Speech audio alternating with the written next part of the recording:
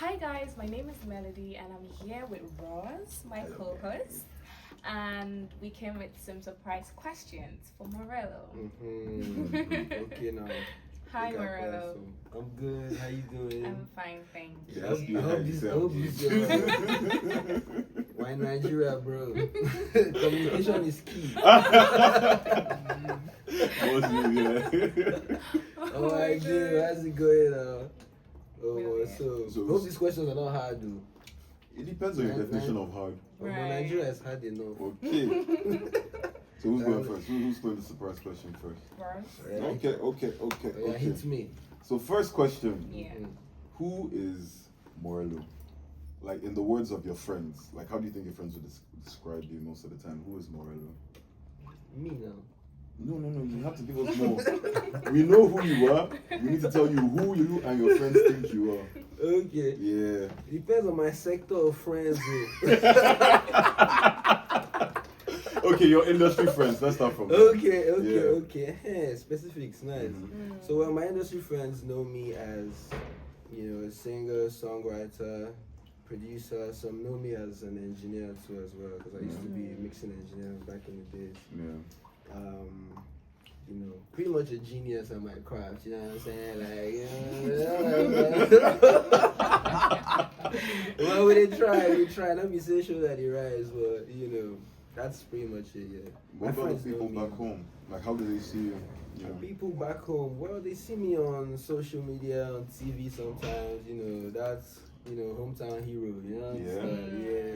So at least we're doing homecoming. End of the year, December. So it's about to be a party. Yeah, we get to. Where's the homecoming? You didn't specify. In Asaba, Delta State. Yeah, December 13th. Don't miss that. Yeah. Yeah. You got this song. It's one of my favorite songs from you. It's called "Music Found Me."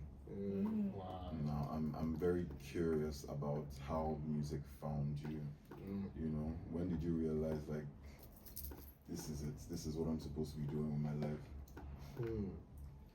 When music found me, damn. Actually, music found me at age 11 when I wrote my first song. 11. that was when I wrote my first song. I used to drum on, book Yeah, writing, that pen and this. Drumming all in my head, imagining the intro and the verse, and they think I'm crazy. That's what they call talent now. What song or moments gave you the confidence to keep pushing, to say, oh, yo, I'm actually good in this industry thing? Can you like... Which song would you say? Yeah. What song, what moment was that? Sure, I can guess. Song, moment. Yeah. Okay. Should I choose a song or a moment? You can choose two. Yeah, you can choose. Yeah, you pick a song, pick a moment. Yeah. Okay. I would say. I think the time I won that leader challenge, was it before IRA or after? Leader was before. Before, okay. Yeah, So I think that was the first moment when Loj did the leader challenge, and I didn't know about the challenge. I was just making covers. But that video went crazy. And we just made a cover that day, and posted it. And turns out there was a challenge. They literally just launched the challenge like some minutes before we posted. So we're like the first ones, and I won that one. They gave me the $1,000 in cash. Hey, hallelujah. At that time my phone was bad. I had to like borrow phone to make videos. I was looking for money to buy a new phone, and as God have it, boy. The money went inside phone, thank God. And then the song? Yeah, that was the first moment. Then I think the second time was when I first wrote for IRA. When I first wrote for IRA, I think that was a No Love, if I'm not mistaken. Oh, that was the first one. I think that was the first one. Oh, yes, okay. when Nino, that French guy, featured IRA. So I wrote No Love. I remember. Yeah, I co-wrote IRA. Yeah, that was the first. I hadn't even met her. Wait, so how did that session happen? Actually, I didn't meet her. It was just Vader, my senior in the game. Oh. He did the link up. A&Rs do their steez now. These things now. So yeah, the shout out to Vader. He was the major link up for me. And from then, my morale just rise. I say, oh, bless I good though. Okay now, I just came to Lagos and I'm in the big leagues. Let's go. Yeah, that was a major turning point for me. Actually, it's such a beautiful story. I mean, there's so much. Based on say at the interview, I might just compose myself. You know, say so far they make story sweet, normally. Yeah. No. So like, did blowing, well, not blowing up, because I know you still want to blow up more. Yeah. I know there's more to it, but like, your process, your creative process, what was it like before, and has the rise into fame changed it in any way? Yes, so it has. I think my process before was I was a very writer. Like I didn't used to freestyle melodies. No. I must sit down and use biro, verse 1, write the rhyme on the line. You understand? Whenever I carry the big diary for Mike, whenever I write, never starts, but then coming into the industry, technology and all of that, notepads, gets a point where nobody has time to wait for you to write full songs and 1 and 2. They have to hear the vibe, make sure say okay. Some people don't even believe you when they just see you, be like, okay, this is the guy. Yeah, come and vibe, let's hear you. So was that ever something that was a problem or an issue for you? Walking into rooms, people questioning your ability until you start doing your thing? Well, I think so. When people are looking at you, you just feel like you're being judged. Sometimes you might not even know if they admire you. But you just feel like, oh boy, I must deliver, if not. And like the Afrobeat space is a very judgmental space. The attention span is like this. They just want to hear you. You don't understand? It's very short. So I know this. So having this at the back of my head was like extra pressure for me. Like, okay, I need to deliver now. If not, they might not call me again. So that was. But like, I don't break under pressure. So. Was facing that what made your process change eventually? Yes, it definitely helped alter my process because I had to adapt on the go. I had to learn, improvise. Every session feels different. Every client wants something different. Sometimes they want something you don't know how to do yet, and you have to learn how to do it in the session. You understand? So it's part of the whole. Yeah, definitely helps improve me. So I've been opportunity to sit with a couple of artists, recording in studios, and writing, producing bits and all. So personally, what kind of energy do you like to sit in or be in while creating or writing songs for either yourself or an artist? Okay.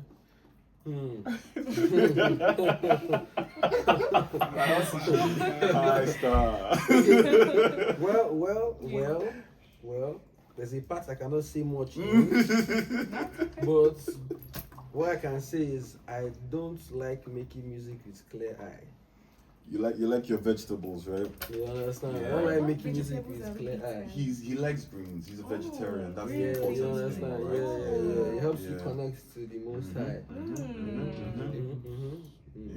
So I don't like making music with clear eye. If your eye is too clear, you see too much. And you understand? You don't see problem. Where problem is. You understand? Music now here, just close your eyes, focus. Yes, I like first of all. So if I'm in a setting where all of us eyes not clear, first of all I know that okay, the environment is getting ready for me. You understand me? Yes, that's. And then I also like an environment where nobody takes anything personal. Everything is open for corrections, suggestions, ideas flying around. Teamwork. Teamwork. If you do and they say it's not going, relax.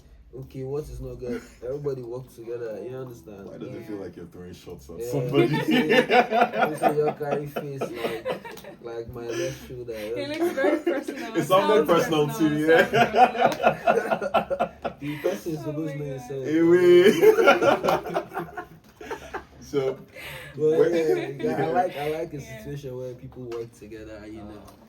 When you were talking about being in the studio and having to adapt and everything, it made me think like have you ever been forced to completely change your style while writing for somebody? Sure. And I don't mean like change it completely to something you've never done before. Yes, no. That is part of the business. Yeah.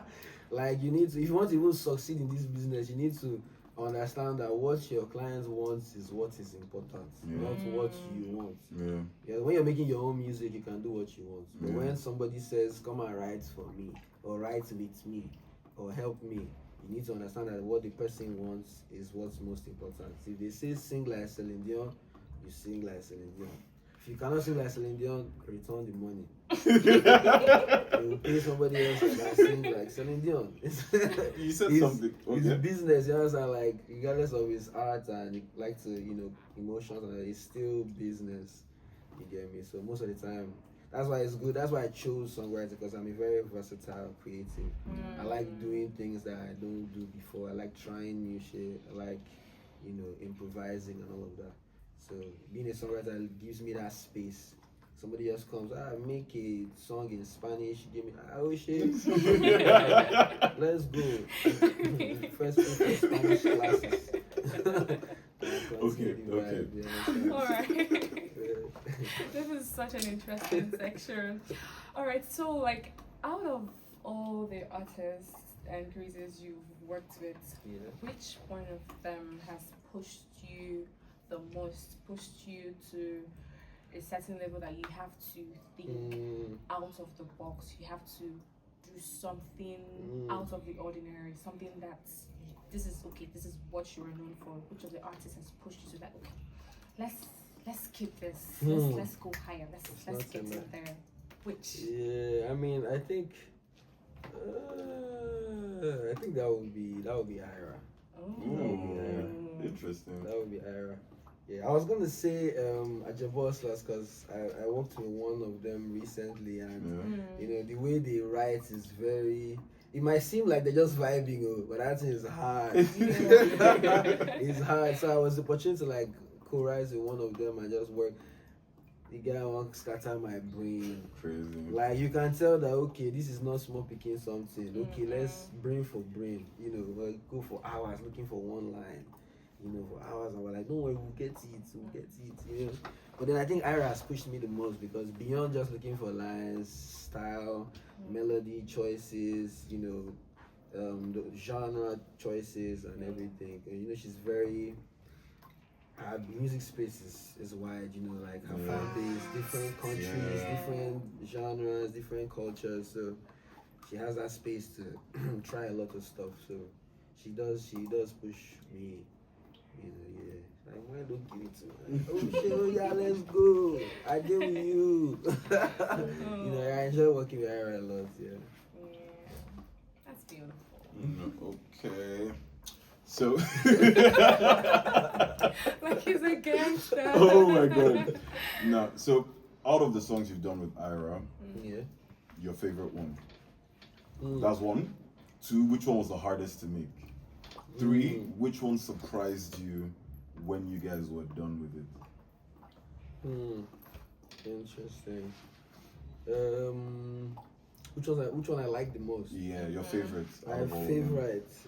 That one is level out. No, let's talk about the ones that are out. The ones we heard. Yeah, let's focus on that. Okay, the ones that are out. My favorite out of the ones that are out. I think that would be Who's That Girl. I think that's Who's That Girl. I really like that one. That one is. My favorite is Woman Commando Shop. Yeah. But Who's That Girl? So like we really worked together on that one, and it was very, like, I felt very fulfilled when we were done. Like we were all satisfied. Like we cooked this one. You understand? So I think that's my favorite out of the ones out. Okay. Which one was the toughest to make? Toughest to make. I kind of like the one. No, I don't think. There's so many. We're so many geniuses working together. Yeah. There's no one that is really tough to make. To be honest, no one. It's music,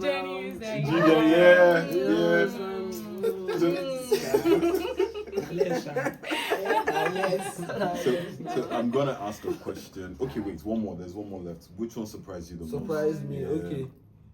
I think that would be Woman Commando. Actually, Oh, I think why? that one surprised me because that one I wasn't. I think that was the first time I was linking with the producers that we worked with. Okay. You know, and then how did that session even go? Was it? Well, that was a session I don't think I was ready for.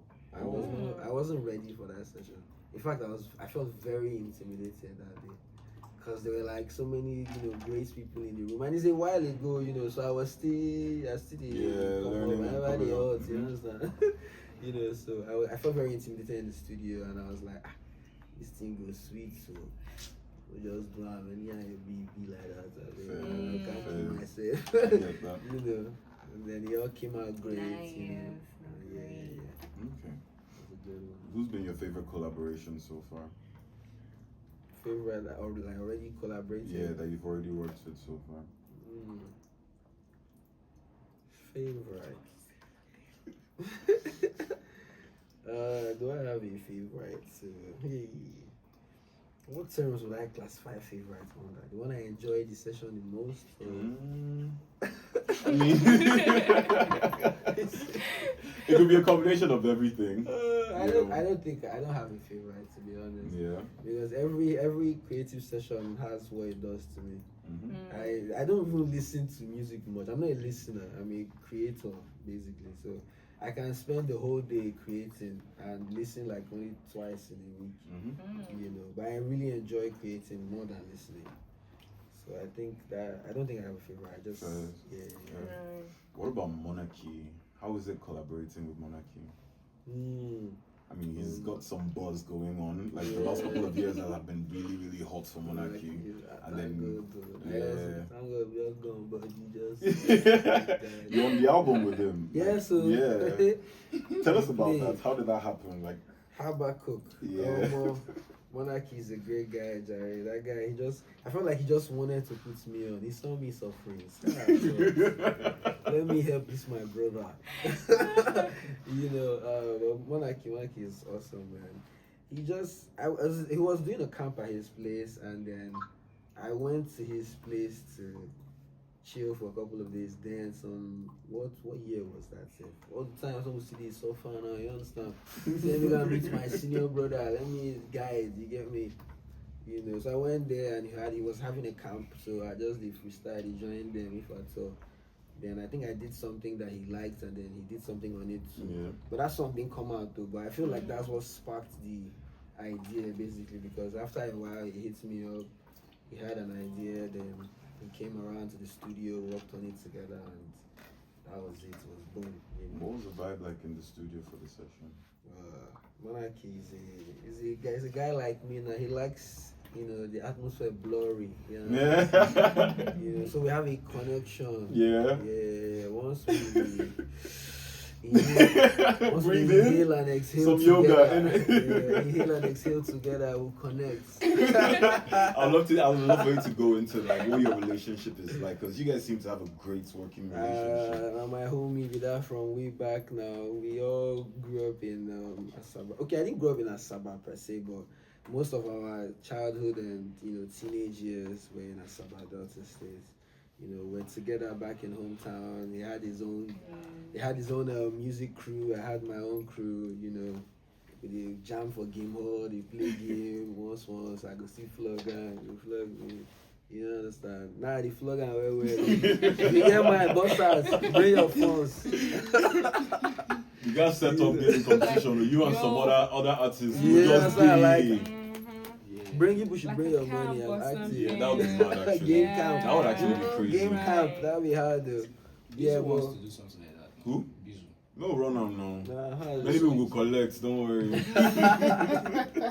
Yeah, so me and Savage we're basically like brothers at this point, from when in Delta he moved to SA, did his thing, went into the music, came back to Lagos, since then we've been working together a lot. Yeah, my family now, so you won't work with again. Yeah, so now. So like people will say, "Na my blood be that." Now my blood be that, no be Zobo. No be Zobo, full blood. Okay. So what part of being a songwriter do you think people do not understand? I mean, which inclusives of your closed space, writing, thinking about it and stuff. What part of it do you think people do not often see and know? Okay. I've been doing this for what 2-3 years, like professionally. Okay. Say 2-3 years, if I'm not mistaken. So we're still learning more things on the go. But so far, from what I've noticed, I feel like, first of all, a lot of people feel like when you're a songwriter, you can't be an artist. Or you can't be a successful artist because you're a songwriter. And people always have that perception. And it's part of my goals to debunk that. Because I've been doing lots of research. Even over the years, there are lots of great artists that wrote lots of great songs, but because they were like basically focused on their career, they didn't really publicize all of that. But then and then it wasn't really such a big deal being a songwriter. A couple of years back, some people even feel like you're being cheated because you wrote this song and you're not getting the limelight. You don't understand? I feel like you're being cheated. How do you handle that? Do you ever feel that way, like, oh my God, I wish I kept this song to myself? Well, I'm too intelligent for that. Oh. See, That's this some is pride. You have some pride in you. Really? Yeah, I'm too intelligent for that. You say some, just a little, just a lot, don't worry. But I think it's one of your biggest strengths. Would you say that? Yeah, I think so. It does give me confidence. Yeah, you can't have confidence without some pride. You can't. You get me? Yeah. So I feel like I know what it takes to make a record a hit, to push a career, create a brand, and all of that. Yeah. I know it's not about the song alone. The song is like what 20-30% probably. I don't even think it's up to 50. It's not about just the song alone. You get me? So I know this. So I know that me making this song doesn't guarantee that I will get all the benefits that are attached to the branding and the promo and all of that. If I don't put in that same amount of work. And money and all of that. You get me? So since I know how to make a lot of those songs, I might as well just be making money from them, scattered around. Why am I keeping, like, I can make like 5 a day. You know what I'm saying? So imagine me saying, I love this one, I keep it for myself, I keep this one, I get all my account full. And I'm not doing anything with anyone. I just stagger the 4, the true way. Before you know, you go take, I will just sing. I don't love us 6 years. You know what I'm saying? Meanwhile, that demo will be making funds for you in one corner. You don't understand. Then you can gather the funds and go and achieve your dreams too. So everything I'm planning normally for life. The way you sound, you don't sound like you're ever like gassing out. You don't gas out. like... Okay. Well, I've hacked this thing. Like maybe like last 2 years, I was saying, what if we sing all the sweet songs finish? When we work on do our own song, no day again. If I wake from sleep, idea just the rush. Like, I've not even done all the ideas I've had. My voice notes has like almost 1,000 recordings. I've not even turned them into songs. Every time I go to the studio, I'm catching a new one. So all those old ones still choke. It's like you fool. My diaries, before I even switch to a notepad, diaries don't be like full, don't full. Laptops full. Oh boy. Don't swear for me. So I've hacked the thing. We know the cheat code now. We know 2 + 2 is 4. So even if you wake me from sleep, 2 + 2, 4. I'll get it correct. It will not change the next 30 years. So highest is that I'll be too slow to write the 4 when I'm old, but I'll still get the answer. You don't understand. So yeah. So you've worked with a lot of, if not legendary already, on their way to becoming legendary acts. Oh God. How does that feel, being in the same room with some people that you've watched for years, some people that you probably saw when you were much younger, and you're like, I want to be like this. Like, you've been in those rooms. How does it feel being in those bro, spaces? you will not understand. Okay, see, I feel put clothes. So you see this question you're asking now. I thought about this like 2 days ago. Like, I was watching a One Cool video on YouTube and I was like, I really don't just work with One Cool. Please tell me there's a One Cool collab coming. The last Hey, they play with me. We're taking over. Don't worry. You know, but like I thought about it some days ago. I was like, but for real, like people I listened to growing up and like I didn't even believe I'll ever see. You know, working with them. You know, I was with Adekunle Gold some days ago, and when we were like vibing, it was freestyle. I was just looking at him. It was like we lie. You know, like see that's why they listen to this Shadi and some shit. That's wild. Like it's not something I thought I would. This is not somewhere I thought I would be at. You know, like we knew we had dreams. Like okay, we want to blow. You know, but we never really deeped it. Like okay, we actually deal with. You know, like listening to this person. And like one day I'll chill with this person. Is the only person I know I said it was Oxlade. I said it to my friend Raptor. Then I started understanding the power of manifestation. You know, so I told Raptor, I said, don't worry, you see Oxlade. Me and Oxlade would be my guy. We will vibe. Raptor said, I believe you, bro. I believe you, Morrelo. You know, and when it happened, he reminded me, bro, you don't remember when you tell me, I said, bro, that's Siam. Power in the tongue is not a meat, bro. The last few years, I think like 4, maybe 5 years, it's been really this Afrobeats to the world movement. Like we've been pushing it hard, you know, and we've gotten some amazing acts, Burna, Rema, Wiz, Davido, a lot of amazing acts, Ira now, like, and then there are still more that are going international, even some underground artists that we don't know that are going international. Udumodu has broken through too. What role do you think songwriters have to play in the Afrobeats to the world movement? A major role actually, because like I studied and I discovered a while ago that, you know, all the greats didn't do it alone. You know, Michael Jackson, Rihanna, which name am I ever going to call? You know, nobody did it alone. You get, like, we discovered that they all had a team. They worked with writers, producers, engineers. You know, and that's probably why they were so great. You understand? And if we want to tap into that level, because we've always admired Hollywood and, you know, everything. Basically, their blueprint is what we be stepping with, even though they had our own African steez. You understand? But yeah, that ambition was always started from them.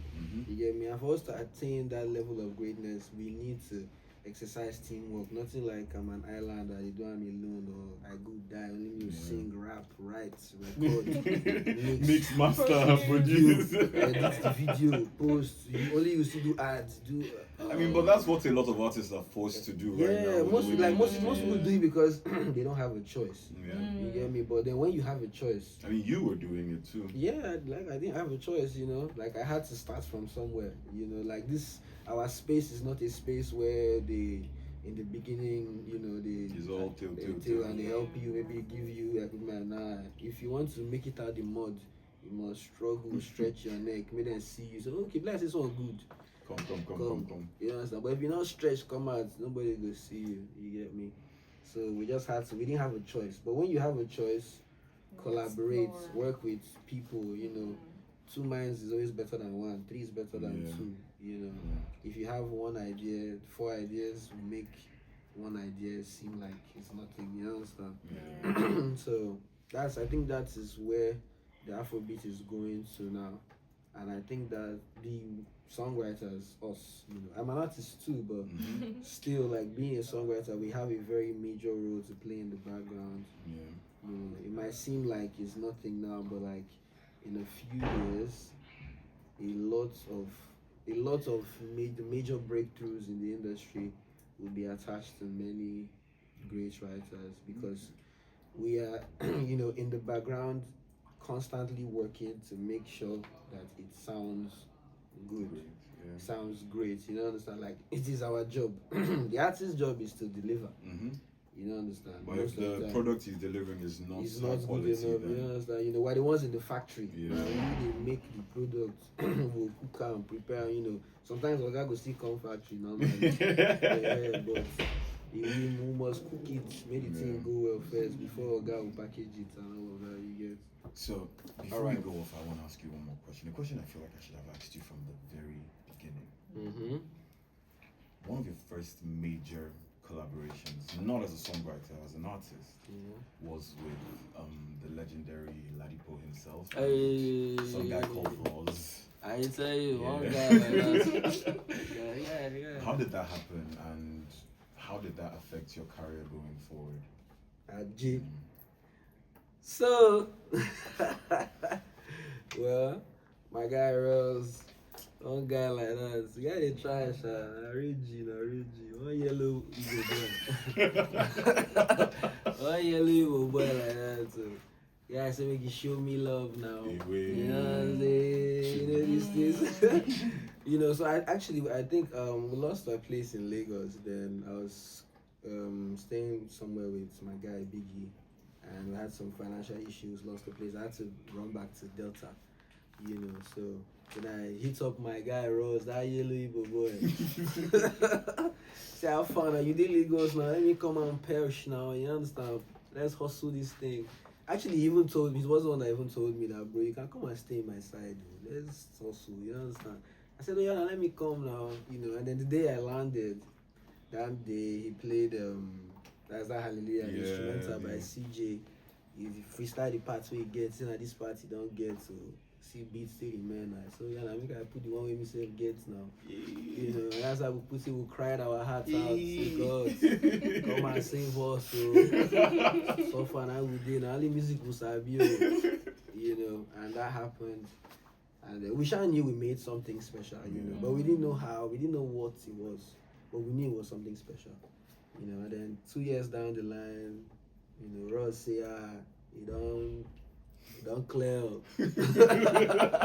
You know, I think he's played it for someone on Ladipo's team, and how did that Igbo boy did it again, Rozzz? From what he told me, he played it for Ladipo's manager at the time. He loved it. Took it, played it for Ladipo loved it, and the rest is history. See? That's why it's good to have your one name close. What's that? Alabama. You know, no, right. Real shit. But that was a very major turning point for us, actually. You know, that's how our career started. But we didn't even know how the career will start. You know, we know how to write and make music, but to kickstart career is not beans and rice. If somebody did not put you on, you need money to be put on.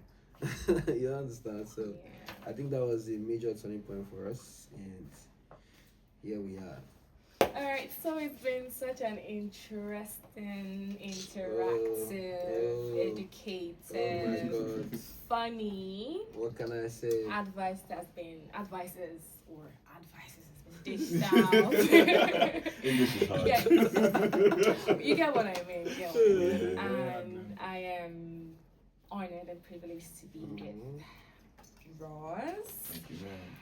And our songwriter friend. He has so much pride. He will shoot his last introduction himself. But either ways, thank you guys so much for watching. Right? Yeah, I mean they're gonna watch. Right? Yeah, I mean, y'all are gonna watch, right? Right.